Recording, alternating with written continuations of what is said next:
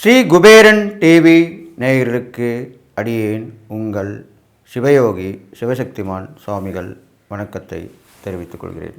இந்த பதிவில் 12 ராசிகளுக்கு உண்டான ஜீவ சமாதி தரிசனம்.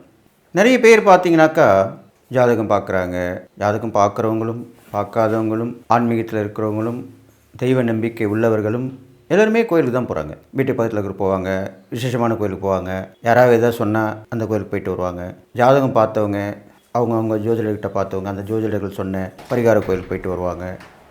விசேஷமான பிரசித்தி பெற்ற கோயிலுக்கு போயிட்டு வருவாங்க. அவங்களுக்கே மனசில் தோன்றக்கூடிய கோயிலுக்கெல்லாம் போயிட்டு வருவாங்க. அமைதியான இடம், ஜீவன் உள்ள இடம், அதுதான் ஜீவ சமாதி அப்படின்னு சொல்லப்படுது. நிறைய மகான்கள் சித்தர்கள் எல்லாம் மறைஞ்சிருக்காங்க. அவங்களாமே இந்த மாதிரி ஜீவசமாதி ஆகியிருக்காங்க. அப்படி ஆக்கப்பட்ட இந்த ஜீவசமாதி பற்றி தான் நான் சொல்ல போகிறேன். ஜீவசமாதி தரிசனம் சாதாரணமாக நீங்கள் போக முடியாது. அந்த ஜீவசமாதி ஆனவங்களுடைய பெயரை நினைத்து நீங்கள் அனுதினமும் விடிகாலை பிரம்மமூர்த்தியிலே நினைத்து வேண்டி கொண்டால் ஒழியே போக முடியாது. சில பேருக்கு ஒரு நாளே போகிற சந்தர்ப்பம் கிடைச்சிரும். சில பேர் தொடர்ந்து முயற்சி பண்ணணும், தியானம் பண்ணணும். நிறைய செலவுலாம் கிடையாது. போய் அர்ச்சனை பண்ணணும், அபிஷேகம் பண்ணணும், பெரிய பெரிய வழிபாடு பண்ணணும், ஹோமம் வளர்த்து பண்ணணும், அப்படிலாம் ஒன்றுமே கிடையாது. ஜீவசமாதி தரிசனம்னாலே பெரும்பாலும் அமைதியாக அங்கே போய் அந்த மகானுடைய பேரை சொல்லி மனசில் நினச்சிட்டு வந்தாலே போதும். ஊதுவத்தி 2 ஊதுவத்தி போக அவ்வளோதான். வாழைப்பழம் பழங்கள் பிடிக்கும், பழங்கள் வாங்கிட்டு போய் கொடுக்கலாம், ஊதுவத்தி கொளுத்தி வைக்கலாம். இப்போலாம் நிறைய ஜீவசமாதிகளில் பிரபலமாகிட்டு வந்துட்டுருக்கு. அங்கே பணிபுரியவங்களாம் இருந்து இப்போது நல்லா பக்தர்களுக்கு வழிகாட்டுறாங்க.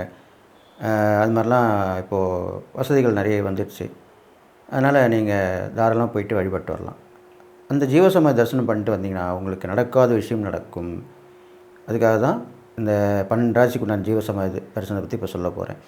இதை நீங்கள் போயிட்டு வந்துட்டிங்கன்னா உங்களுக்கு அதோடு விட்டுடக்கூடாது. அதை நம்ம ஒரு குருவாய் அவரை ஏற்றுக்கிட்டு அந்த போயிட்டு வந்தோம்னா அது தொடர்ந்து அவரை நினச்சிக்கிட்டு வீட்லேயும் வழிபட்டு வரணும். அதை பற்றி அதில் விளக்கமாக விரிவாக சொல்ல போகிறேன். அதெல்லாம் கேட்டு தந்துக்கிட்டிங்கன்னா இந்த ஜீவசமாதி தரிசனம் போல் ஒரு தரிசனம் கண்டிப்பாக கிடைக்காது. அது கிடைத்து விட்டால் உங்களுக்கு எல்லா நன்மையும் கிடைச்சி எல்லா நலமும் பெற்று வாழப்போறீங்கன்னு சொல்லி வாழ்த்து. இப்போ அந்த ஜீவசமாதி தரிசனம் பற்றி 12 ராசிக்கு நான் சொல்ல போகிறேன். விருச்சிக ராசின்றது செவ்வாயுடைய ராசியாக சொல்லப்படுது. அப்போ செவ்வாய்க்கு அதிபதி முருகர்.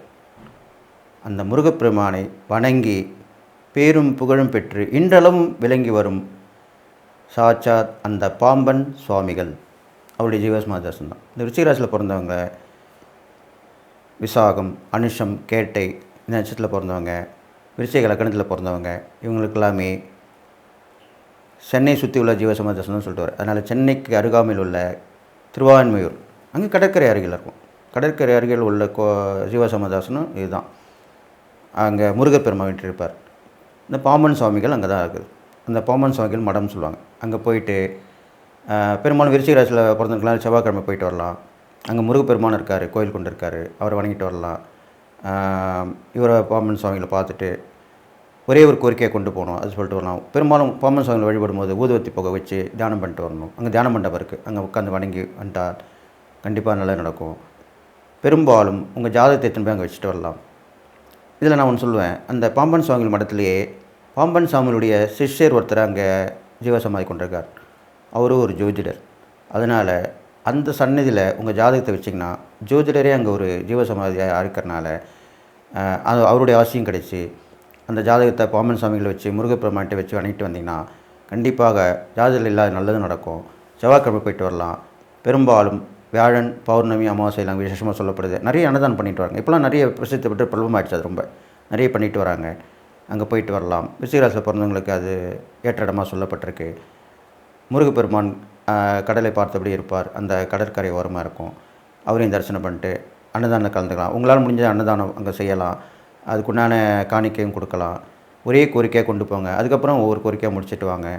இதுக்கு அடுத்த நாள் நீங்கள் வீட்டில் அமர்ந்து சுத்தமான மனசோட ஸ்நானம் பண்ணி புது துணி விரித்து பலகையில் உட்காந்து ஊதுவத்தி போக கற்பூரம் வச்சு ஊதுவத்தி காமிச்சு தண்ணி ஒரு டம்ளரில் தண்ணி வச்சு அது இல்லாமல் பாம்பன் சுவாமிகளுக்கு ஓம் பாம்பன் சுவாமிகள் பெருமானை போற்றி போற்றி அவ்வளோ சொல்லலாம். இது மாதிரி சொல்லிட்டு வரலாம். அவர் சொன்ன சண்முக கவசம் இருக்குது, அது படிச்சுட்டு வரலாம். அதனால் ரொம்ப விசேஷம். பெரும்பாலும் இந்த பாம்பன் சாமிகள் மடம் போகிறவங்களுக்குலாம் நோய் நொடி கண்டிப்பாக தீரும். ஏன்னா அவர் பேர்பட்டவர், அவருடைய நோய் தீர்த்தவரே முருகப்பெருமான் தான். அது அவருடைய வரலாறில் சொல்லப்பட்டிருக்கு, நீங்கள் படிச்சின்னா தெரியும். அப்போது அவருடைய நோய் போக்குன முருகப்பெருமானே உங்களுக்கும் வந்து நோய் நொடி தீர்க்குவார். எப்பேற்பட்ட நோய் தீர்ந்துடும்.